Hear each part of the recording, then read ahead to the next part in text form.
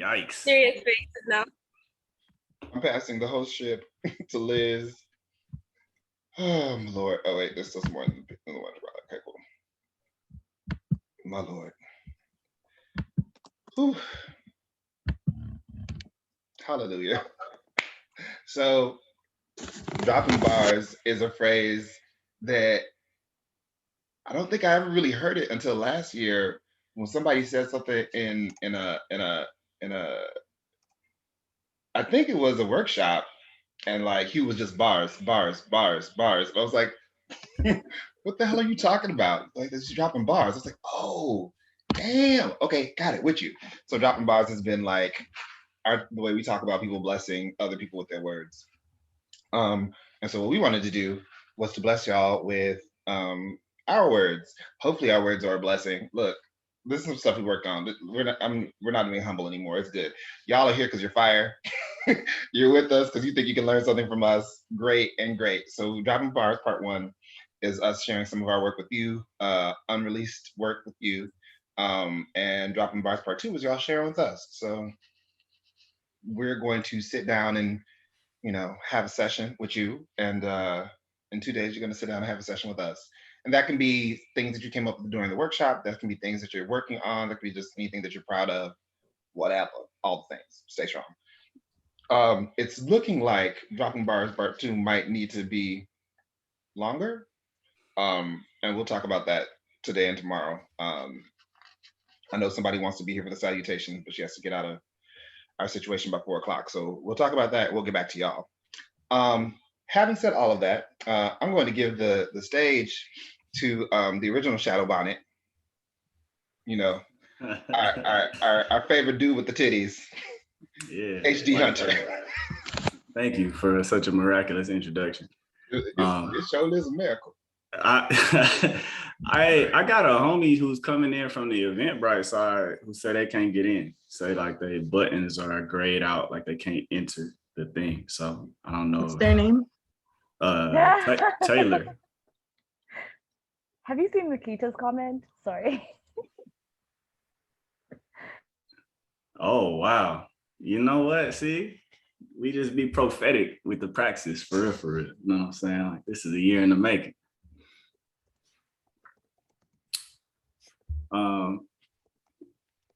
Do you think there might be other people that are trying to get in? Should I wait for like a couple minutes? That's what I was checking, but I don't see anybody waiting.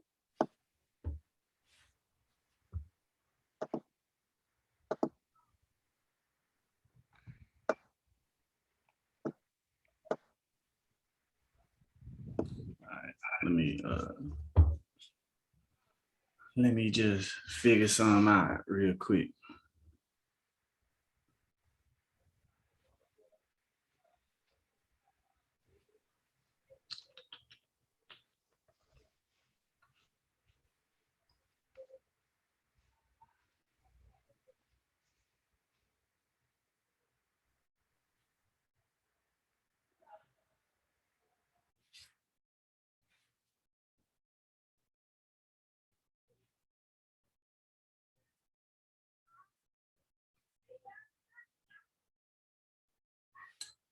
All right, hopefully this works and folks are able to get in.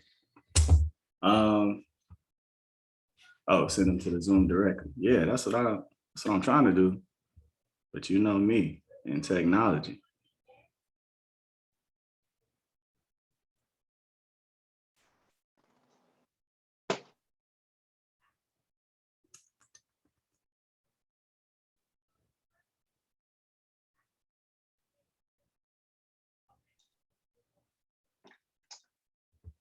All right. Got him.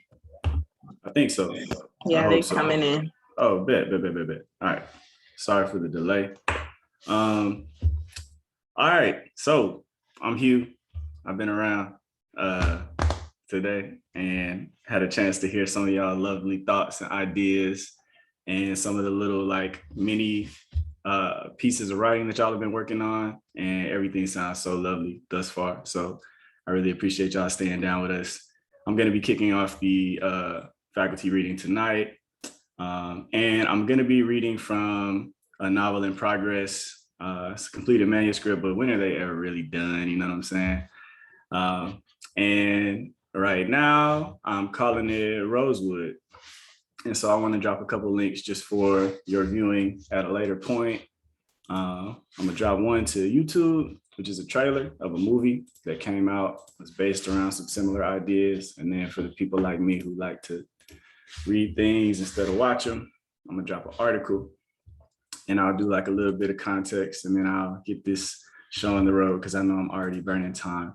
But essentially, Rosewood in real life was a small town in the early 1900s in North Central Florida, where it was essentially like a Black village. It had been started for Black people to come and like labor in a nearby like milling town. They were logging trees and making stuff out of them. And there was a white town that went to the mill and there was a Black town, and Rosewood was a Black town. So at a point in time, one of the women from the white town said that the Ving Rhames joint, yeah, exactly.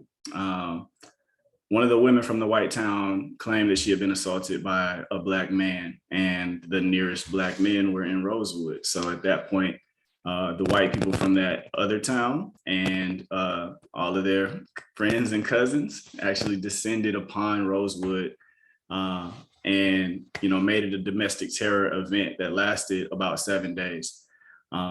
So that's like the historical backdrop to this novel. And what I have tried to do, I'm in the process of trying to do, is an alternate history story where all of those events happen, but the actual domestic terror event, which in real life claimed the lives of several people and also razed the entire town to the ground in flames, none of that happened.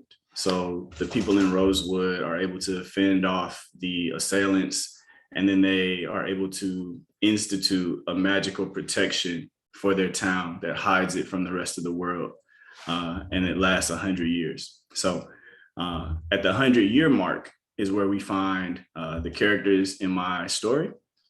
And of course, the assailants are back trying to avenge their forebears, and they're using magic to do so. And so we have a kind of bumbling guy and his love interest and his cousin and an old like curmudgeon of the town who are all banding together to defend their town themselves, restore a lot of the legacy and history that was lost in 100 years of peace and not having to worry about imminent threats, right? It's like comes with both sides. So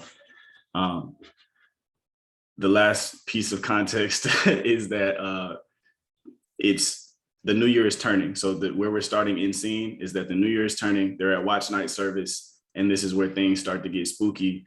And our characters know that weird things are going on, but now they're trying to get enough information to actually defend themselves, or enough information to actually start making a plan about how to defend themselves. So here's chapter 3, starting in the middle of chapter 3 from Rosewood. And the chapter is called Ghost Blood.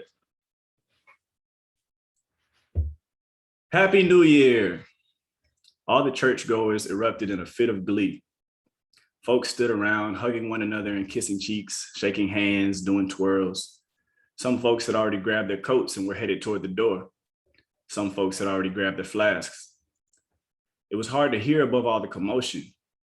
The lady in the front screaming, filled with terror. Now, even though I could see her mouth twist up in fear from where we stood, it wasn't the sound of her screaming that caught my attention. It was the pastor. Right in the middle of his hand raising and praise dancing, he fell to the floor. His whole body went stiff like he got hit by an invisible bolt of lightning.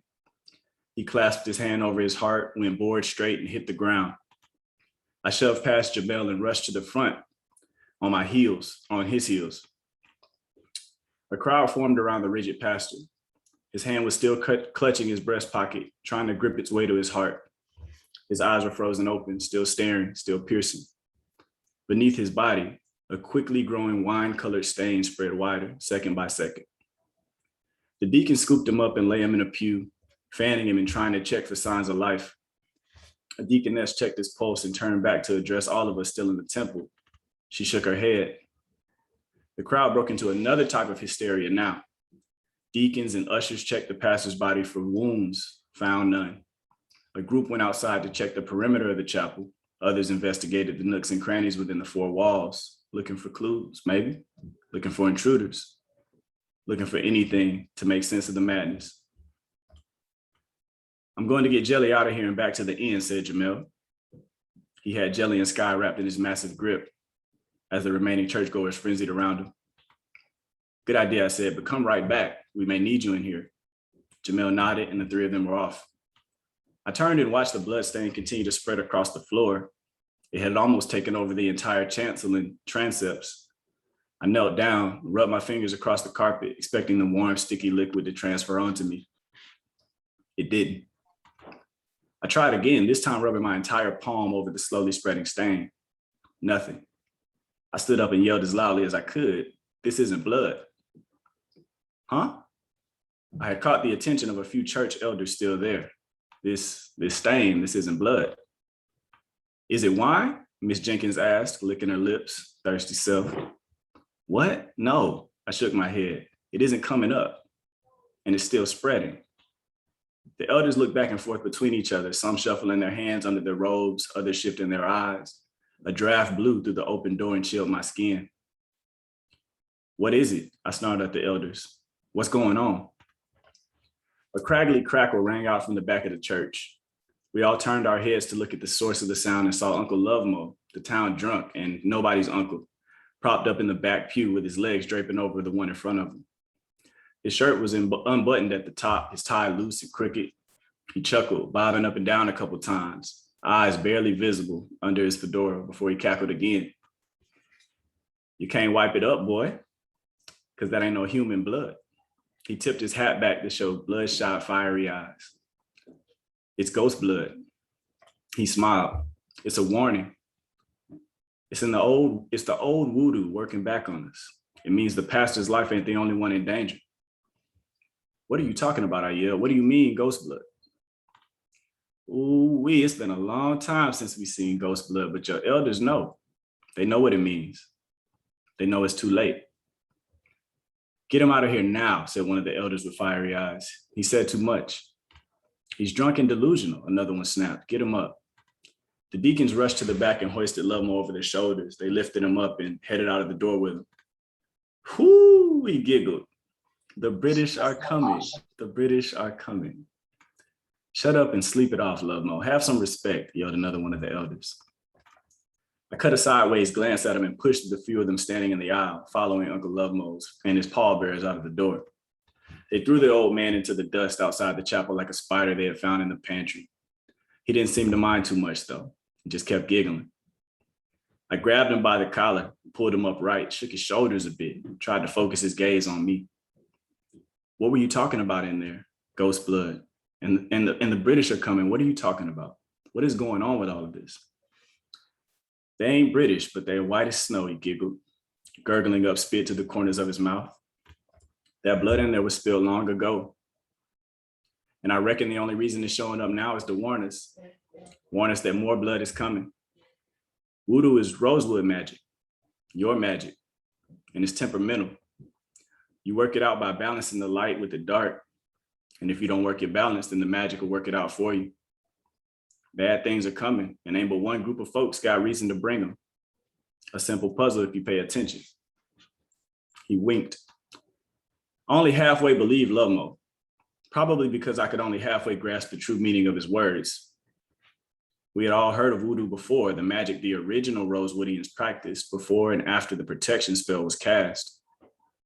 Nobody knew too much how it started, only that it was a mix of country backwoods divination and light sorcery our people had brought over from the motherland.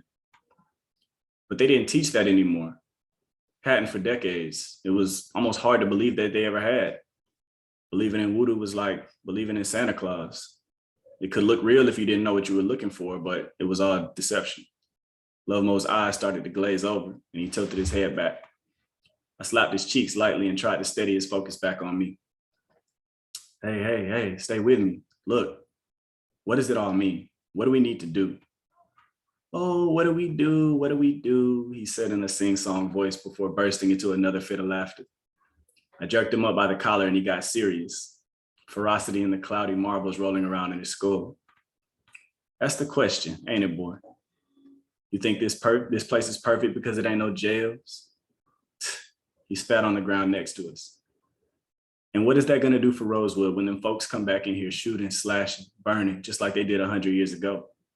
No defenses, no place to hold anybody. Founding families ain't worth a damn. They want it to be all on me." He snatched himself out of my grip and struggled to pull himself upright. "But I'm done. Ain't enough magic in Rosewood to keep this place safe from what's coming. I need a drink." With that, he hobbled off toward the jug, one haggard dragging step at a time. "All up to you? Why the hell would it be up to you?" I called after him. He didn't respond. "Love Mo, please, what do I do?" "Go talk to Miss Smith," he said, without slowing or turning around. I scrunched my face up and scratched my head. "In the swamp?" I asked. "In the swamp," he sang once more before swinging open the doors to the jug.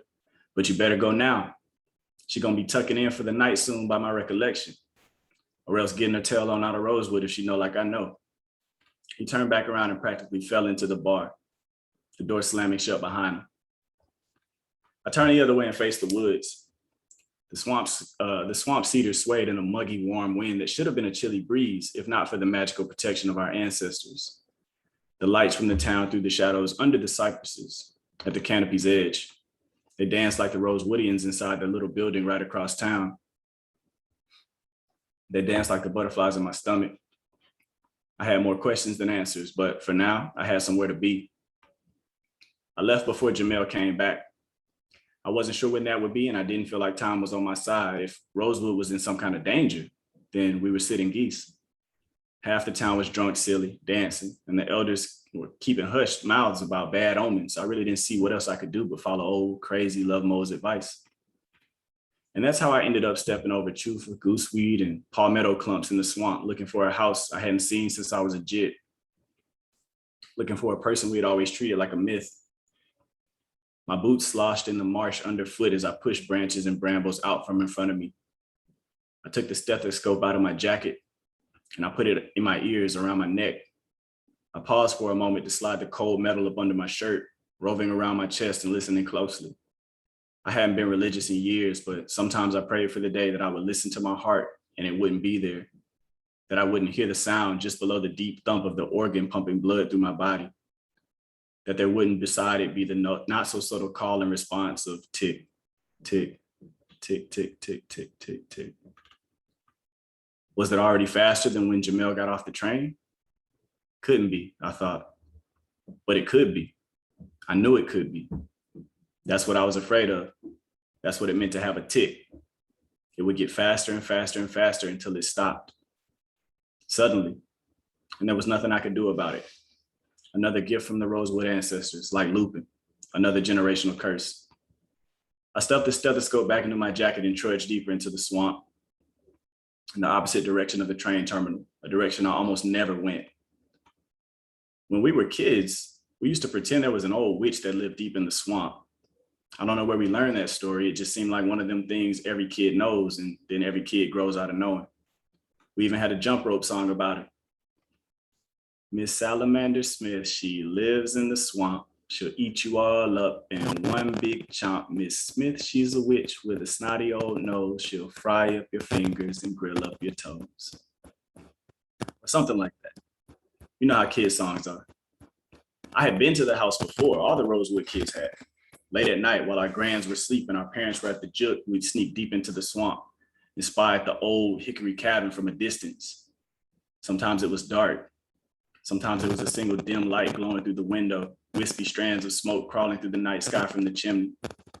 We got older and convinced ourselves that no witch with a snotty old nose existed in this swamp. That was just silly. But we never stopped to wonder who was the person living there. Who would keep a fire in muggy Rosewood during the summer months, no less? Nobody there seemed to know. I kept walking through the marsh, kicking aside gooseweed and trying to be gentle with the petite Seven Sisters roses clustered here and there. I knelt down and clipped a couple of them off at the stems with my pocket knife. tucked them into my hat. Maybe I'd give them the jelly later if I felt courageous enough. I pushed through the last little bit of foliage and came into a clearing in the swamp jungle, a clearing I didn't remember having ever seen. It was a circular, flat patch of land, neatly manicured and adorned around its ring with more seven sisters and other beautiful blooms. A pair of cypresses leaned in over the grotto from each side, surely making for a cool and shady spot below when the sun beamed down. I admired the grotto for a moment and then noticed, directly behind it in the distance, what I had come for. Out of respect, I walked around the perimeter of the clearing toward the old cabin with one light on, its chimney smoking lazily. I passed by a bottle tree, green and blue and red glass bottles staked and leaning like branches right outside the entrance of the cabin. It looked just like I remembered as a kid, a square building, probably only one room inside. The sturdy logs were wedged together without tools or gadgets, the old-fashioned way. No telling how long it had been standing, but it still looked good. The hanging ivy hadn't overgrown the mantle. The finish on the outside showed little to no weather wear. Someone had been taking care of their home. I stepped up to the door to knock, but I chose to listen in first. I turned my head, put my ear to the wood, and jumped back when my eyes caught sight of a raccoon down by my right leg. "Ooh, you startled me," I whispered. The raccoon stood up on its hind legs and rubbed his hands together, looked up at me and tilted his head. "Sorry, I ain't got nothing to give you," I said. It scampered off toward the grotto, and I pressed my ear against the door once more. No sounds jumped out at me, but I knew there was life inside from the warmth seeping through the wood. I raised my knuckle to knock, but before I touched the door, I heard a voice like silk come from the other side. "I know you're out there. Come on in, but don't let my heat out." I pushed open the creaky door and made my way into the one-room cabin. It was hot as all get out in there. Straight away when I came in, I saw an open pit in the middle of the dirt floor. A hungry fire blazed within it, its flames licking the bottom of a gigantic cast iron cauldron. Whatever was inside the bubbling bucket smelled heavenly, but that cabin was far too small for such a big fire.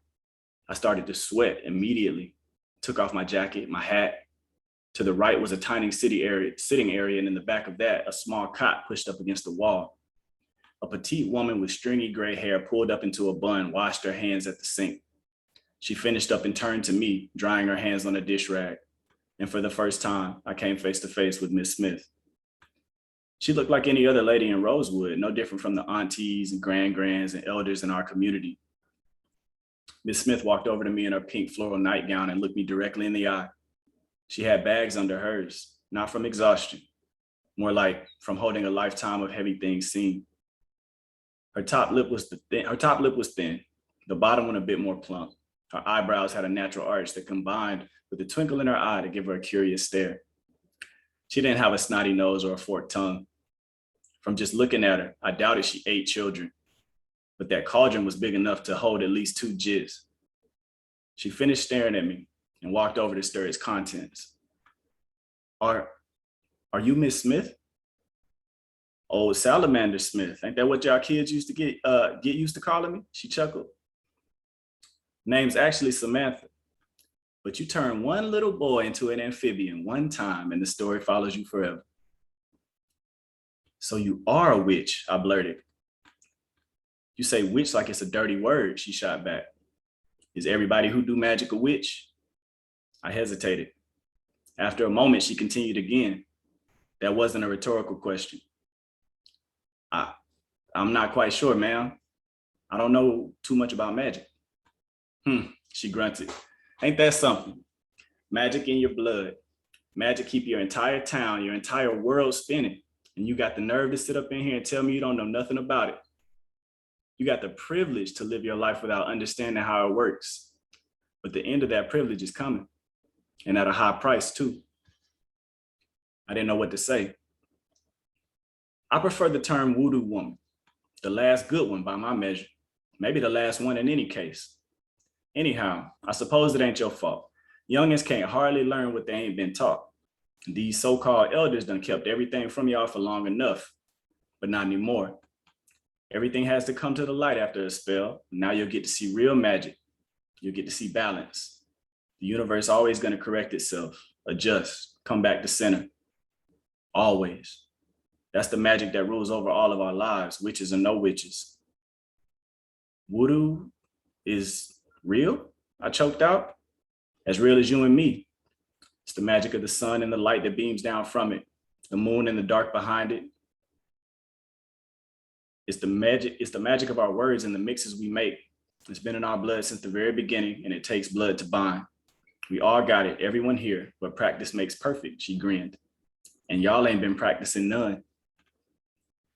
I held my hat at my waist, fingertips grazing the brim nervously. My jacket still hung over my shoulder. Sweat poured from the top of my head down my face, and my shirt stuck to my body. Miss Smith stood over the cauldron, still stirring, without a single bead of perspiration in sight. She spooned a serving of whatever she was cooking into her ladle and held it out to me. Want a taste? I shook my head.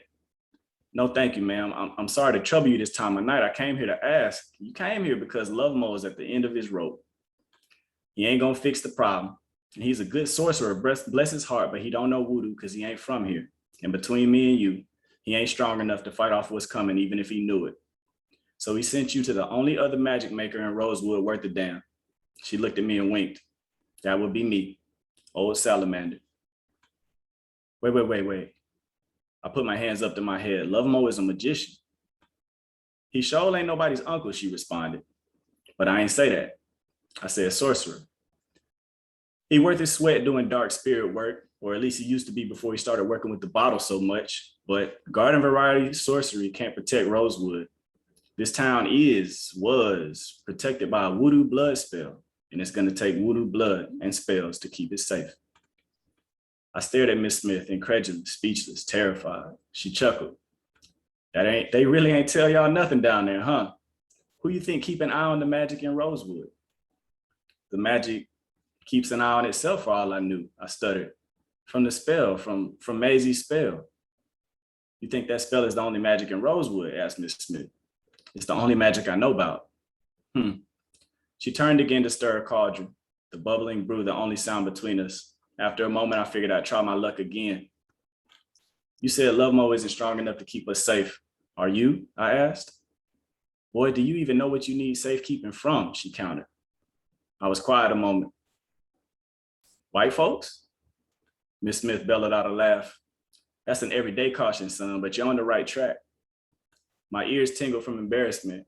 Well, Uncle Lovemo said something about the founding families banding together and there not being enough magic in Rosewood to help defend it from someone who was coming. Well, he's mostly right, but still a little wrong, as usual. The elders gave him a raw deal, I'll attest to that, and someone is most definitely coming, but there's plenty enough magic in Rosewood to defend it. Y'all just don't know how to use it. Can y'all help us figure out how? I asked. That ain't my job, she responded curtly. Miss Smith made her way back to the sitting area in the cabin and put herself down in an old rocking chair. Not anymore. She slipped her shoes off and reared back, rocking slowly. But I can tell you where the founding families went wrong. 100 years ago, there was just as much magic in this town as there is now, but people used it. Not for much, little things, help the crops grow, make water drinkable, see what's coming. How else you think a group of Black folk ran their own town with no government, no connection to resources? They did what they needed to do to get by with the magic inside them. Then came that white Taylor family from on down the road and the savage Black man who supposedly assaulted one of their women, the Black man they never found, right? But child, it wasn't no man. That's why they couldn't find him nohow. It was a dark spirit, a phantom, conjured up out of the woman's own mind. A nasty, dark shadow of her fears that manifested into reality by accident. Then white folks came down here with their pitchforks and torches ready to burn a whole city of Black folks down to the ground. All because they were scared of what was in their own minds. I listened in disbelief. I had never heard this version of the riot story before. We knew about the assault. We knew nobody was ever found or charged.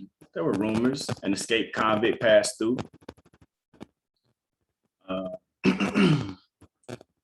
A Rosewood resident committed the crime and escaped up north with help from the Freemasons. Like all urban legends, there were 100 ways to start and end the story, but I never thought it could be a story about magic. The folks in Rosewood fought hard and they fought smart, Miss Smith continued, but it'll be a lie to say they ain't have a little magic on their side, helping them run off folks who came to attack. You think a town of 12 or so families fought back hundreds of them white folks with sticks and stones? They used magic. Same magic that always been here now, I remind you. Folks think Maisie came and put the concealment around the town, but that's not all the way true. She was also the binding. That magic came in blood that could protect Rosewood for 100 years.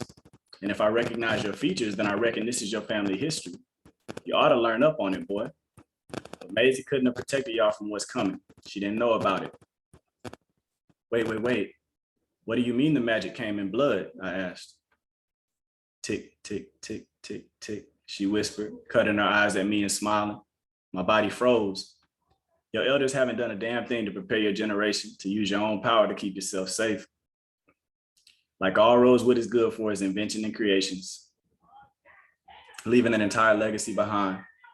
There's a lot they haven't told y'all if that ain't already clear, and y'all ain't hardly got no time to get up to speed. They almost here. A chill shot through my entire body. How do you know all of this? I asked. I was there. Miss Smith smiled and took her bun down, her gray bundles unfolding themselves down and back her shoulders. Ain't no way, you'd have to be over a century old. How is that possible? I gasped. My throat was dry. I had sweated all like a sweat, and my legs were starting to feel wobbly. Miss Smith rocked gently back and forth in the chair, still smiling. She jutted her elbow out toward the double child-sized cauldron, just at a low simmer now. Healthy diet, she smiled. I lost my balance and fell back into the door dizzy. I grabbed the frame to steady myself. Allah, feeling a little woozy, are we? I reckon that's all right. It's about time for you to be going anyhow. I'm tucking in for the night and you do best not to disturb me once I do. You've overstayed your welcome and now you owe a debt. And just like that, another's debt is paid. She cackled and her voice didn't sound like silk anymore. It was creaky, like the hinges on her cabin door. I gasped for air, taking me in big gulps at a time, trying to talk in between. You said they're almost here. Who is almost here? I breathed. Miss Smith said. Why don't you go on outside and meet him yourself? She squinted and angled her ear to the right side of the cabin. They're here. But wait. I didn't get the rest out before the cabin went dark. The fire in the pit flashed to a smolder. The lamps in each corner blew out immediately. I could barely see my hand in front of me, but on the right side of the cabin, in a thin strip of cold moonlight, Miss Smith continued to rock, the only sound around us the creaking of her chair, going back and forth, back and forth. I saw her lift her hand and thrust her palm in my direction. The door I was leaning on for support opened up and I tumbled backward out of the cabin, helped along by a gust of air that felt less like wind and more like the whoosh of an old voodoo woman bored of her company. I lay on my back for a second, catching my breath, now that I could take in the night air outside the stuffy cabin. I turned over and stood to get my bearings. I took a few steps forward and felt the strength returning to my limbs. The grotto was right before me, its overhanging trees dancing in the night breeze. I walked directly into its center and felt the wind around me, a cold wind. I shuddered the sleet out of my skin. That's when I saw it. It was dressed like a man, but ain't no man ever put a chill in my bones the way it did when it walked toward me, so I knew it couldn't be. A tall creature, taller than Jamel, its head nearly brushing up against one of the lower hanging canopy branches above. It carried the overwhelming smell of turpentine in its wake, so strong it burned my eyes and choked in the back of my throat. It had a wide, thick body that blacked out the space behind it, draped from head to foot in the long, flowing black, and it moved silently and quickly like a shadow, but with a dangerous sturdiness of step. A broad-brimmed hat, like that of a farmer or cowhand, sat atop its head, shading its face from view. A trench coat, thick pants, heavy boots. Black, every bit of it black. It stepped toward me where I stood, still in the center of the grotto, the wind picking up around its presence, encircling it in a twister of brush, dust, and leaves. My feet willed me toward the edge of the grotto in a daze. The demon stopped just at the edge of the clearing, seemingly confused. It pushed to move forward, but it couldn't. I took a step back and examined the grotto, pacing side to side, the wind beyond the grotto picking up all the while. I stood frozen at the inside edge, and for the first time, I heard my tick without a stethoscope. In my mind, between my ears, the way you can hear your thoughts. The clicking that accompanied my heartbeat moved faster than ever, the time on my life, the breath in my body ticking away. The phantom came to the edge of the grotto with an unnerving calm. It looked in my direction, the wide rim of his hat still obscuring its face. It raised its right arm high in the air. The wind surrounding us continued to whip the trees back and forth even more ferociously now. It brought its arm down with a thrust, and the largest tree in my view split at the bottom of its trunk, the massive cedar, cracking and splintering, screaming through the night as it crashed to the ground and rumbled the earth underfoot. Tick, tick, tick. The phantom lifted the brim of its hat and came face to face with me at the edge of the grotto. Tick, tick, tick. I looked into its eyes for the first time, bulging, soulless, fiery red ovals that bore straight through me. Tick, tick, tick, tick, tick, tick, tick. It smiled, jagged teeth materializing out of the empty black of its face. Tick, tick, tick, tick. Boom. Appreciate y'all.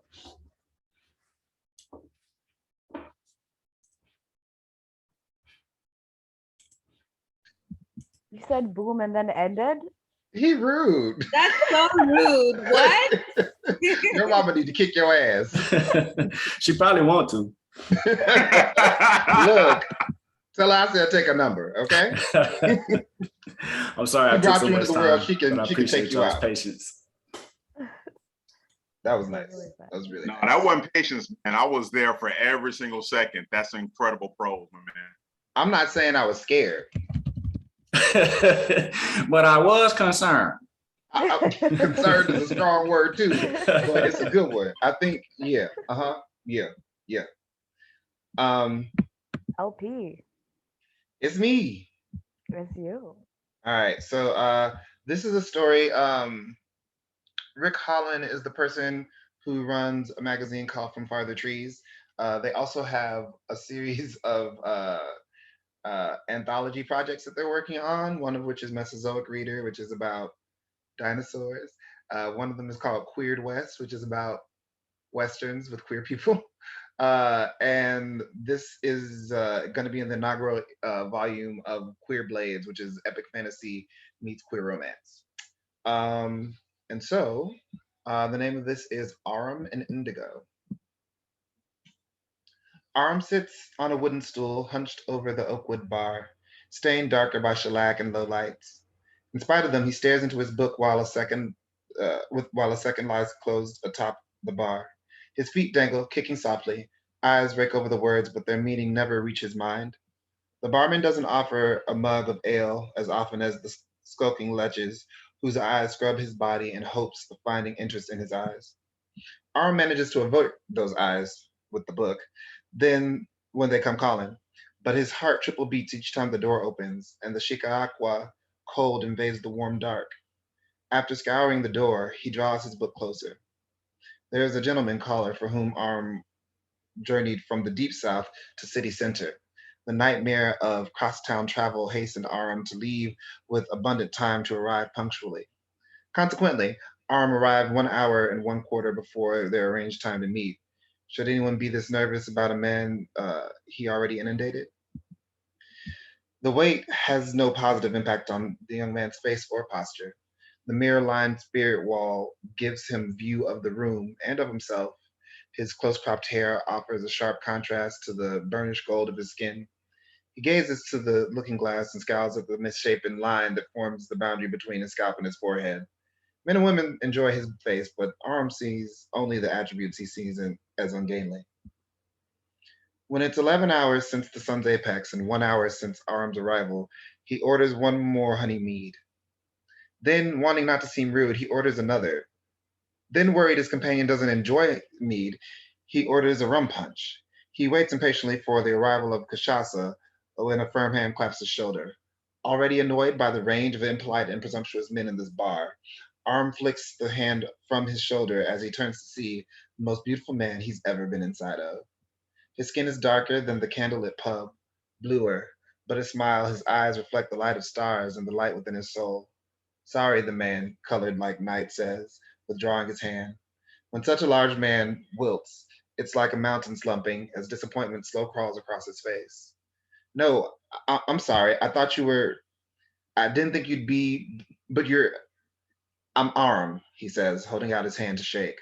Almost as quickly, Arum rethinks the gesture as too formal. like the beginning of a business transaction. And as the man with the skin like night commits to the handshake, Aram pulls his own hand away. He looks up at the not so stranger, face still confused, and follows the man's gaze to the unclasped hand.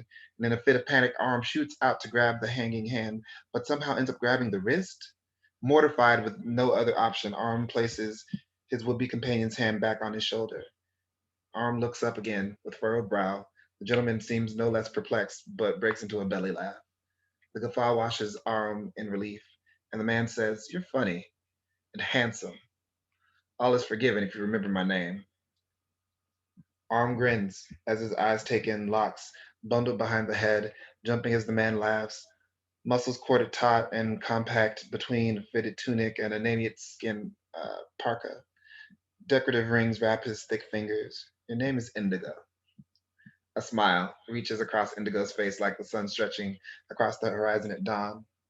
Indigo's regard causes a quiver in Arm's stomach. When his eyes avert, Arm feels a moment of relief until Indigo says, "You look comfortable," nodding toward the bar. Arm follows his eyes to the oak wood. Two books open, The World Gods Left Behind and The Truth of Sycopomps lay amid two meads, a cachaça, a waterback, and a rum punch. "Are you hydrating?" Arm closes the books abruptly, placing them into his satchel. "Sorry, I was early. Sit down." The stool winds beneath Aunt Indigo's weight before he slides his knees beneath the bar. Arm slides one of the meads and rum punch in front of his companion. "For me?" Indigo asks in mock surprise, and lifts the rum punch to his mouth, eyes smiling over the small vessel. He drinks it in one drag and slips it on the wood. Indigo lifts the mead, triumphant. "Cheers me? To first dates and second nights?" "I'll drink to that." Cachaça burns all the way down. Arm feels lightning bugs warming his belly. Indigo's smile seems to have that effect. With a satisfied smack, Indigo claps the mead glass back on the bar. "So, Arm," he pauses, savoring the syllables of the name swirling around his tongue. "Why so early?" "I live in the deep, south," Arm says. "Can't predict when all the rail coaches will be on time. Better early than late." "Damn, I wish I arrived early." Indigo faces the bar, swinging the mead the barman just dropped off. The dimples cut into Indigo's cheek as he smiles into his cup. Arm likes dimples. "So, how long have you been in the deep?" "Generations, man. I'm so far deep, they call it the wilds." Indigo turns to Arm, smirking. "I know the wilds." Arm almost spits his mead, but laughs while coughing. "You wear a Namiot parka and a dozen rings. What do you do in the wilds? Buy fissures?" Indigo's mouth opens, then closes. "Fissures? Really? I can't go to the wilds because I like nice things?" "No, you can't go to the wilds because someone will beat the stones off your ears and fingers." Arm snickers into his glass. "I don't wear all this when I go to the wilds," Indigo says, stopping himself. "I wanted to look nice for you." Arm gulps hard, but he swallows only air. "My dad's a divine priest from the wilds. I was born in Argyle, but divine priests don't live in Argyle." Hoping to still the red colliding beneath the skin of his cheeks, Arm asks, "Argyle is the last South Street in Chicago. Gods don't speak to people that far deep." Dad says, "Wherever you are when the gods call, you follow." When he was learning at Carvery, the sun goddess spoke to him, and he never looked back. Of course, he got called to the north to interpret praise and portents, but that didn't change who he was or where he came from. "Yeah," Arm says. He closes on the eye roll of people. I can't read my writing. He closes on the eye roll of people leaving the wilds to find better things, but not returning with better things. The cooling lightning bugs settle, leaden in his belly. Arms taste durian in the back of his throat, and honey mead cannot wash it away. Not now, he thinks. "Not religious then?" Indigo asks. Arm clears his throat, but the taste remains, and the burden in his gut doubles in density. "Of course, I believe in magic. It was here. If there were gods, they're not here now, and magic is waning. So whatever they did or didn't do for us, we have to learn to persevere in their absence as a people, as a civilization." There's a pull in Arm's gut, and it's not drawing him to Indigo. "You don't think the gods left children? No obsidian predators?" "No," Arm says, hoping his chuckle hides his discomfort. "The shadow lions, the obsidian predators, the soul stalkers, too many damn names. The folk tales my parents told me to keep me in bed at night. And with all the power the gods were supposed to have, you'd think they fucked humans? When Indigo breaks into laughter, Aram joins too. When the laughter fades, Aram breathes deep to settle his other aspect. We broke the rule, you know, Indigo says, snaking salted pistachios from a bowl. Aram's brows shoot up. We discussed religion and politics on the first date. Aram shifts off his stool, but the first time we met, most of our conversations were in moans. We can count that as the first date if you want, Aram caresses Indigo's face, and their lips crush together. Tongues dance, a ripple of goosebumps up down Aram's spine at his brazenness. Any other rules I can break? Aram watches. A breathless Indigo lick his lips hungrily. I'm going to the trough, Aram says, basking in Indigo's dark radiance. This is the first moment Aram feels like he belongs on this date. And that's not an invitation to join me. You sure? I'm sure you won't like me if you join. Who says I like you? Nobody, Aram smirks, walking away. Shake vigorously, Indigo calls behind him. Aram chuckles. Aram's chuckles capsize as he descends the sepulchral hall, still able to perceive the patterns of paisley on the dingy carpet. He'd be elated over the quality of this date if it weren't for the anger bubbling up like bile. The need to purge triples as he closes the cubicle door and releases neither bladder nor bowel. Aram feels the pull, like a magnet in his gut. He lifts his shirt and relieves himself. From the soft flesh of his belly, a lion-shaped shadow pounces. The farther it flees, the more it materializes, the less Aram continues to be. Just a collection of thoughts following a beast made of night and its abysmal pit. A divine hunger motivating the feral shadow to prowl the streets of Shikakwa. Aram's other aspect, Morche, stalks the loi of the dying. If there were one closer, biology and thaumaturgy would draw the shadow lion to the corpse to be. Instead, Morche sniffs the air for the nocturne that rings louder than breath falls. It leaps and runs, unfettered by the material world. Its purpose is divine. Through a hotel's revolving door, up 20 flights of stairs, never tiring, never wavering, its paws pad down the soft carpet to a room. It enters through a closed door, unbidden, a disembodied bystander. Aram follows as a will without means, mostly annoyed. The athame glistens in silvery metal and crimson lacquer. Its handle juts from the wiry carpet of brown hair, obfuscating even his nipples. White pools in his navel and curdles in the hair below. The heart the athame pierces cannot fill to press blood through the body, which glistens as the soul gathers itself to depart. The beast stalks to the man, licking his dusky face, his eyes flatten in recognition. It's a... The words are felt more than heard, same as Aram's feline head. No, no, no, no. Morche's mouth hovers over the man's. The great beast inhales, the loa clinging to the man's body. An arm feels the other men. Sorry. And if an arm feels the other men, a twink playing conduit to a ginger and a sportsman in the room, but the lion composed of shadow isn't here for the murderers, only the murdered, only the wronged. The obsidian predator finishes feeding, licks the corpse's mouth closed, and turns to leave the room when the ginger looks up from his ministrations, wailing, pointing to an invisible lion. He's slender and fair, freckled and wiry, swinging and naked. The moment is uncommon. Crafts are easily found in Shikakwa, but the sight is a divine gift. Gods are no longer here to bestow such gifts. The sportsman and the twink look on baffled. Under normal circumstances, Moshe would pad back to the bar elated by the freedom of presence. But the last thing Aram needs is for this person following his other aspect back to the beautiful dark-skinned man waiting for him to return from the laboratory. Aram shunts the shadow aspect back to the last place he held physical form.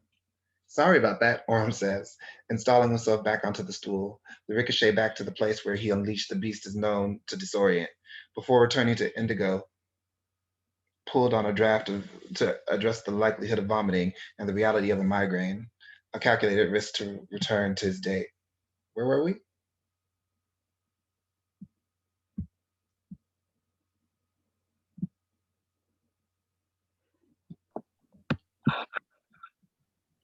Why did I turn off my video? Yeah, so that's forthcoming in Queer Blades. So it's just gonna end like that.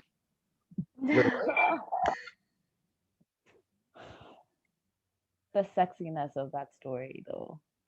I mean, that might be my brand in the future. We'll see how it goes. I think that's your brand. Yeah, bro. Sexy gay men doing sexy gay things. It's great. Goals, life goals. Goal, life goal. Um, and since I'm uncomfortable with praise, we're just going to turn it over to Shingai.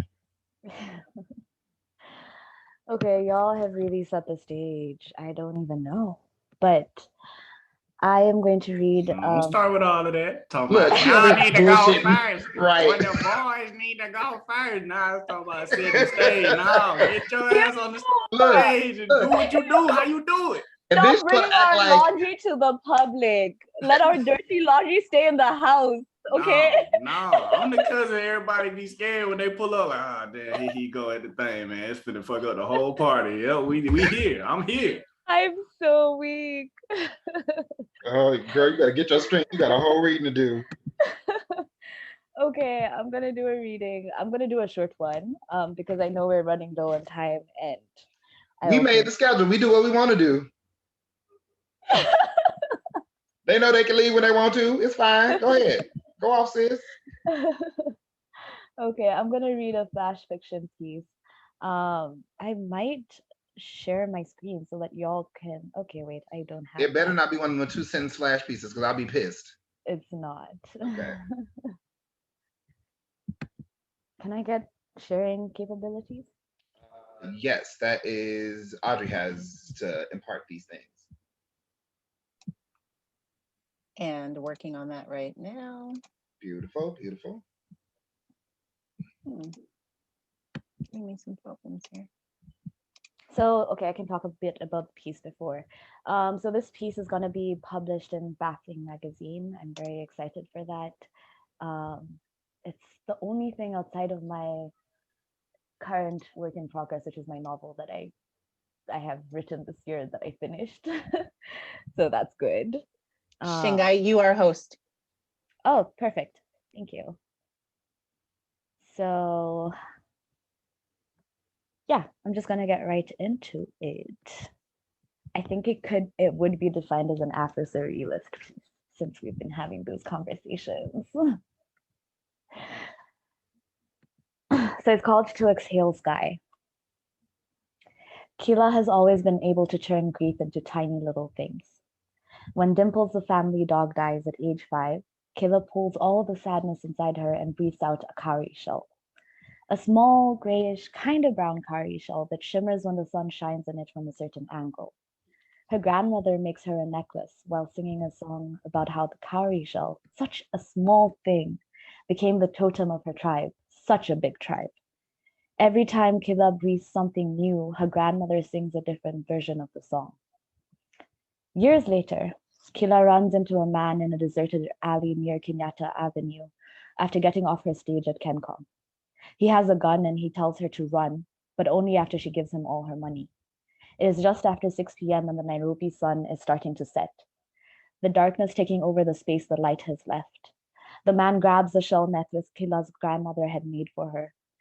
Please, no, tafadhali, I beg. The man hits her. Shut up. Kila holds her purse up and squeezes her eyes shut. The man freezes when Kila opens her mouth and screams out stars. 2 bright balls of fire the size of pupils float out into the air between them. He runs away blinded by their light, but they follow, penetrating his skin, burning into his core. Kila picks up the necklace he dropped in his haste, places it back on her neck, and takes a shaky breath in.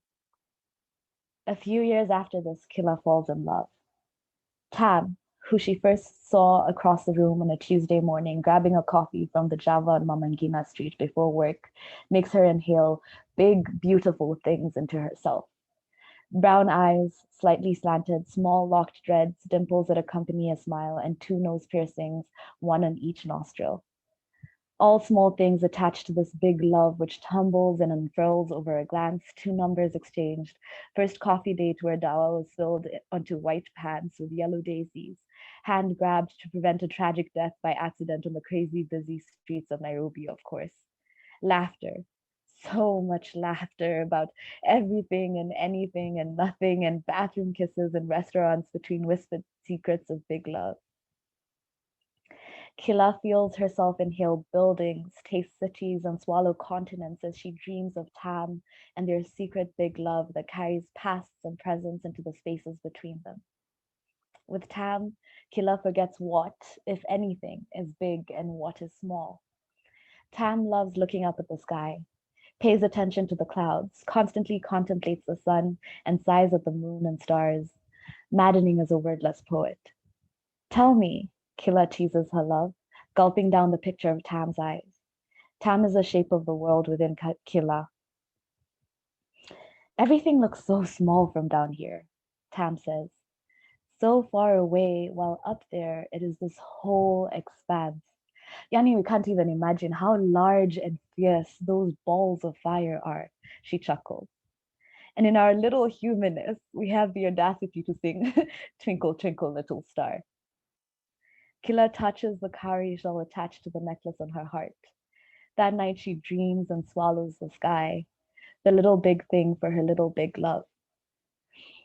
Cancer is the thing that steals their time. Who are you? Tam's family asks. A friend, Killa responds as she holds in her crying. A love, she thinks as she tries not to exhale, scared she'll breathe out things instead of air. And with the chemo comes a world of brown eyes, still slightly slanted, now with tired wrinkles, small locked dreads that fall one at a time to the ground, leaving parts of scalp visible, vulnerable, dimples that never go away, thank God they never go away, accompanying a smile that these days leaves for extended periods of time without notice. At night, Killa throws up continents. Coming out of her, they feel like a knife slicing her open from the inside out until they are in the toilet bowl and they become tiny things again, only totems of bigger things. She holds on tightly to the sky within her chest, refusing to let it go. Killa is scared if she throws up the stars, she will lose Tam, convinces herself it is the only thing that keeps her tiny big love alive. And one day, Tam is in the hospital gown, coughing up phlegm stuck with tiny specks of blood, and she says to Killa, "Let us go see the sky." And Killa wants to say, "It is in my chest. I have saved it for you." But instead she says, "You are not allowed to leave your room this late at night." And there is a little twinkle in Tam's eyes, and Killa is not fooled. She knows it is a wall of fire. Live a little.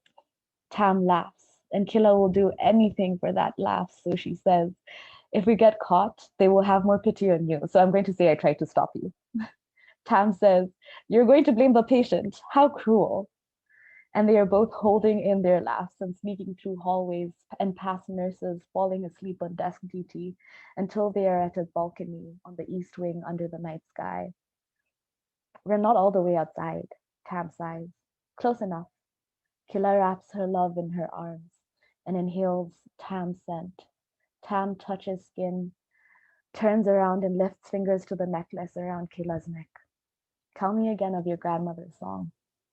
When Tam touches the cowrie shell that Killa breathed out when she was 5, it glows. Killa does not know if Tam can see it, but the warmth seeps down her neck into her shoulders. There are so many versions of it. We have all the time in the world, baby.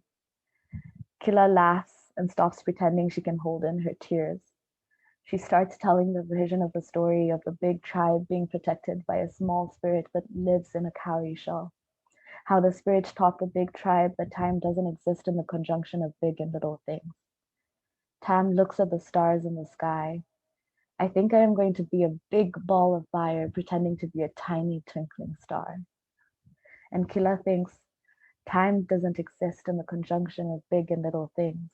So she inhales her tiny big love in and exhales the sky. That is it.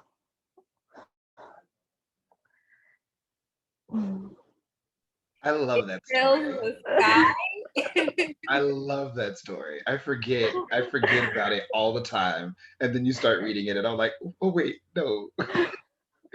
I know the story because it lives right here in my heart. Yeah.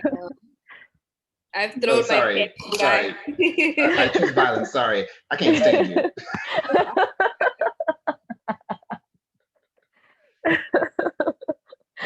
Okay, I am going to pass it on to Yvette.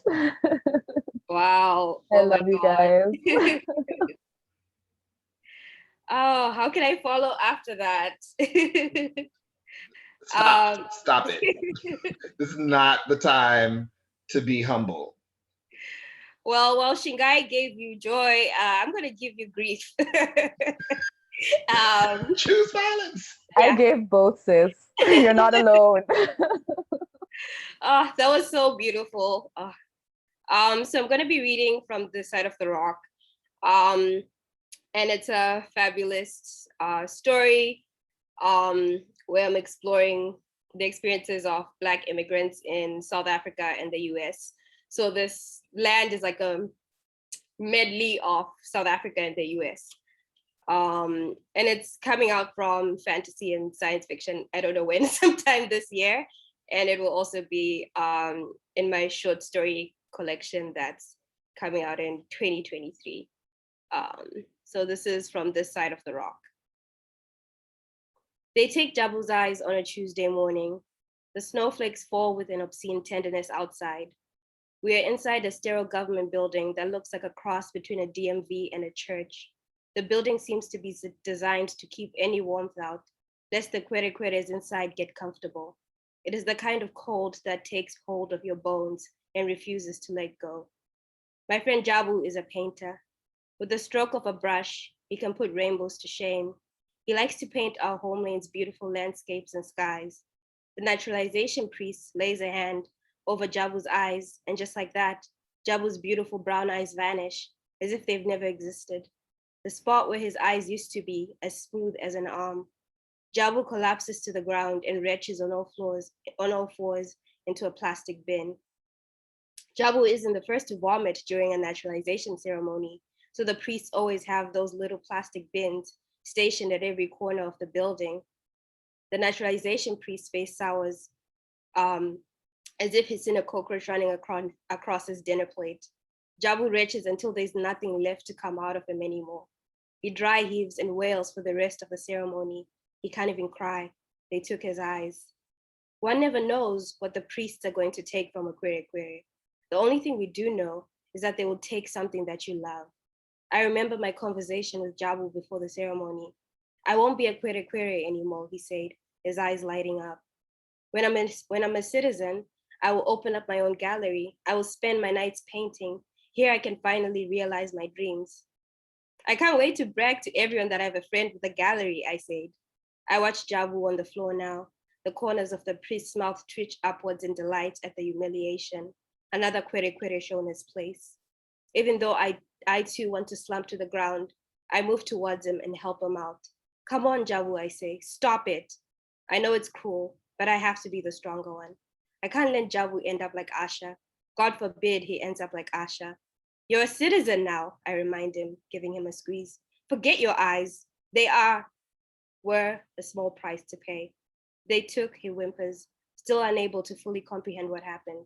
My eyes. You can find other ways to make art, Jabu, I say, pulling his hair back so he can reg some more. Others have it worse. Please, I don't want you to end up like Asha. Asha was our friend. While we all picked up the new language and tried to iron out our old accents like pressing the wrinkles out of clothing, Asha refused to learn the new tongue. It was her form of resistance.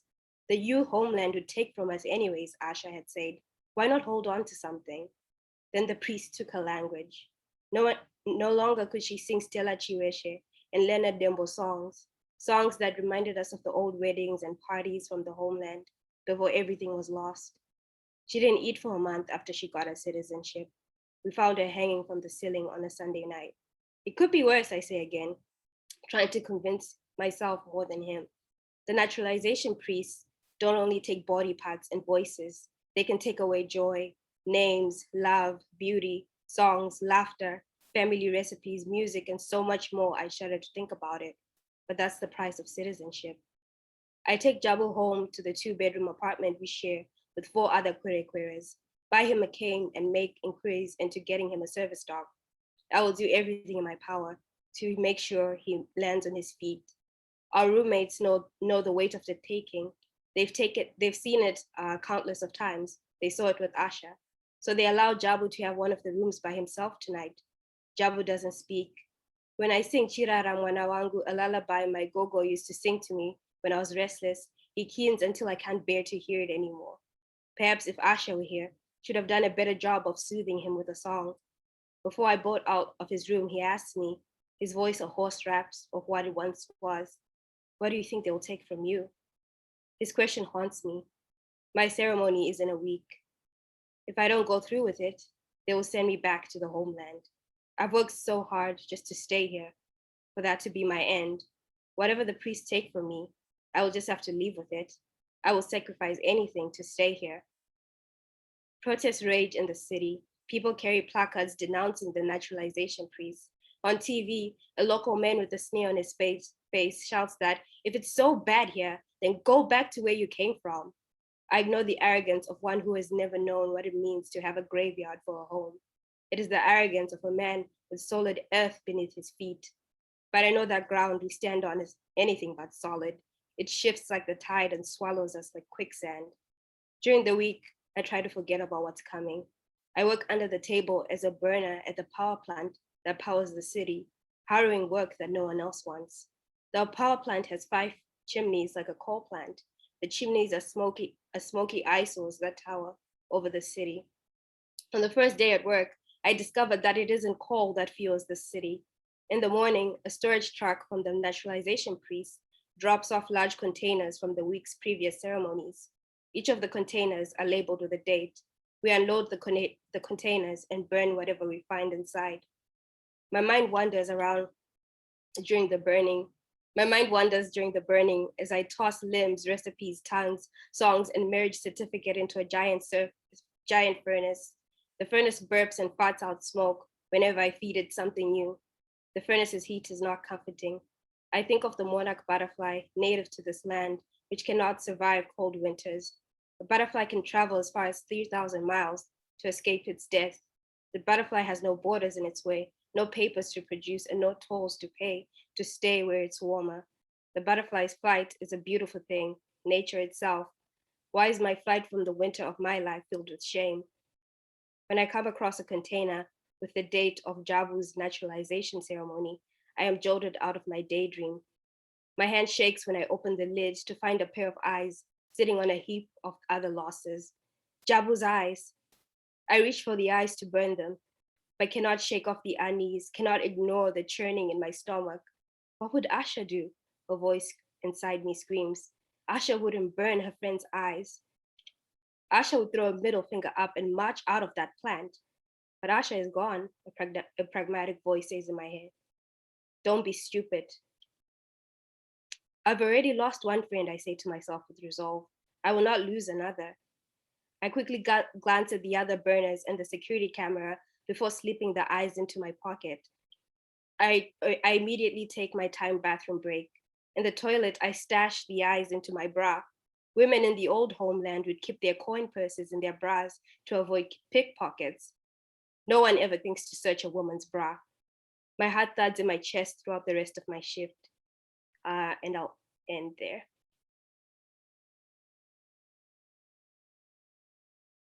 I want to fight you, but I don't fight women. I can get my sister down here really quickly. No. Trying to pull up too. Oh yeah, because Hugh's sister isn't far either. Catch me outside. Look. All that. I love that story. That's you know so I great. do. I was like, I'm so excited it's getting published. Y'all can get it. Look, it's purchasable. Yes. Or it will be. It should be available for free, right? Or no? FNSF, do you buy? No, ma'am. It's a print never mind. magazine. My bad. But that's a good reason to go ahead and get you a subscription to the FNSF because you know, a Black woman is the editor in chief. So, you know, there's plenty of reasons. That's true. Yeah.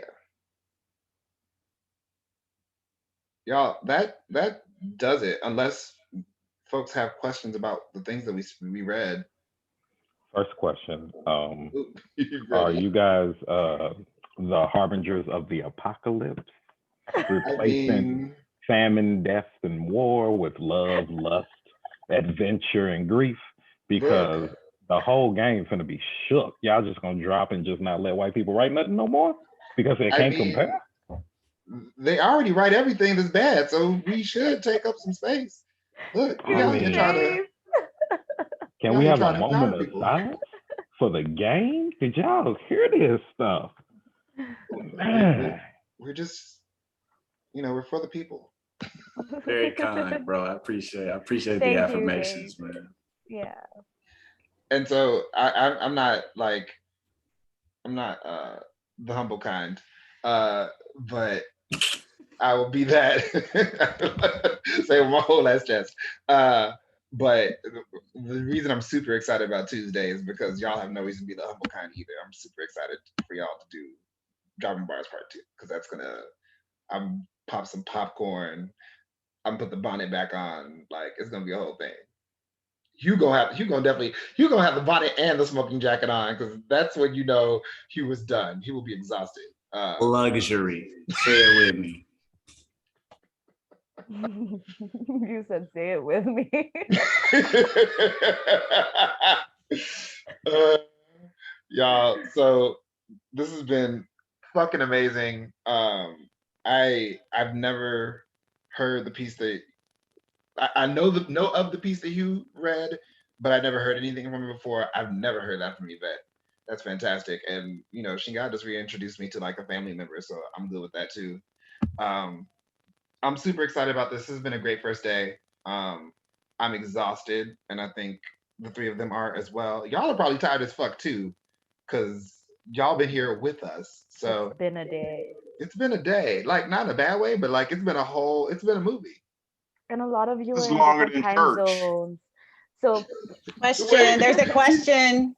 You said Hey, longer than there's a church. question in the chat. What's the question? Quest. Owino, did you want to go ahead?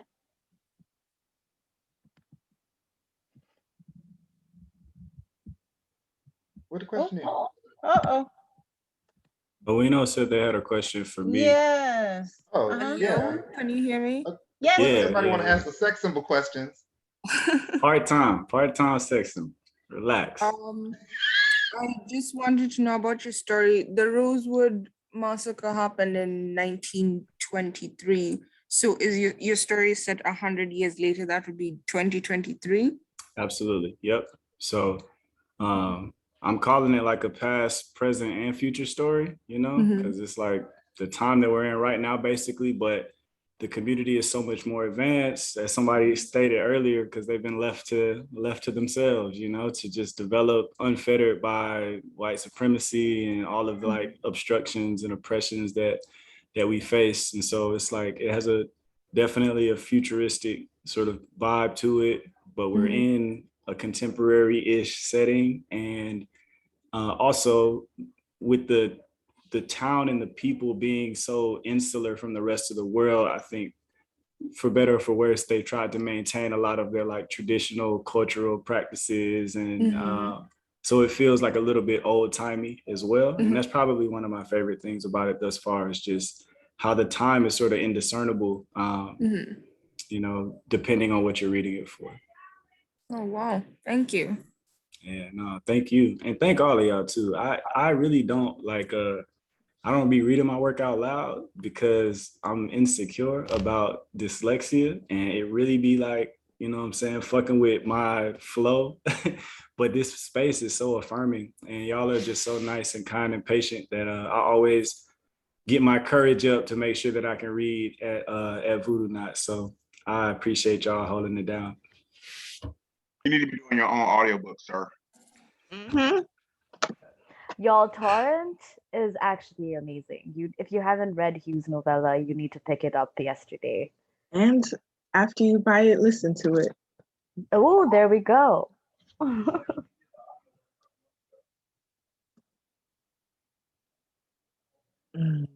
What was the magazine that you're going to be published in? I guess both of y'all. All three of us. Yeah, I'm sorry, Alio. Shingai's story is going to be in baffling. I'm getting two things published by the same publisher, technically.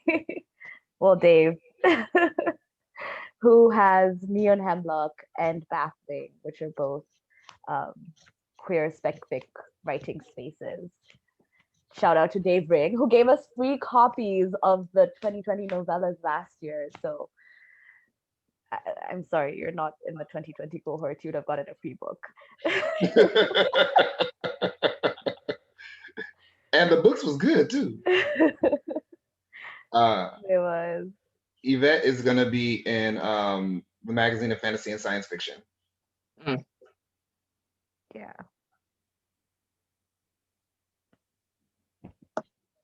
And we're very excited about that. And she has a short story collection coming out that she can't talk about, but we can still be proud of her. Yeah. So I think we're going to call it for the day. Yes. I'm going to go work on my presentation, maybe have some dinner, see how that goes. And we'll see y'all tomorrow. Thank y'all. See y'all tomorrow. Pull up, pull up, pull up. You. Pleasure. Thank See you ya. all so much for being there. Oh, I'll be and recovering. Taylor, thanks for being our guest. Come on, Taylor. Are you going to be here tomorrow, Taylor? What's up? Are you going to be here tomorrow? I Or are we can't pushing be. it? I can't be. Come through. Make that happen. I can't be. You can make it happen. Taylor, when is your book coming out? Which one? The full length? Yes. It's the which one? Which one? Yes, exactly. Multiple Boom, books. boom. What year are we talking Like about? that flex. I gotta remember that flex. She said which one, and she did it by accident too. Oh shit. The full length is She coming did. out in 2023, Mhm. beginning of 2023. So we got some time. But Okay, and the other one? my chapbook just came out last month. And we just got new, we're just getting new, the second print run is coming in tomorrow. So Second print. Okay. Okay. I see you. Friends of Voodoonauts, I swear to God, I will big up anybody who's doing it. Go ahead, do it. Do it. thank you. Thank you for allowing me to be a guest tonight. This was wonderful. Absolutely. So We're honored that you're here. I was very surprised in a good way, but everything I say sounds violent, so don't take that personal. Oh. Thank you, HD. All right, y'all. I'm about to close this out. I'm about to render this video. Nothing's going up until maybe like next week because bitch is tired. So stay strong, stay with it. Love y'all, and see y'all tomorrow. Put y'all bonnets on, man. Before y'all go to bed. Look, Shadow if you sleep bonnet. with a bare head, You can't go back tomorrow. Child do this. We ain't gonna let you in. Look, I'm gonna call your mama, have her come beat your ass because you're asking for it. All right.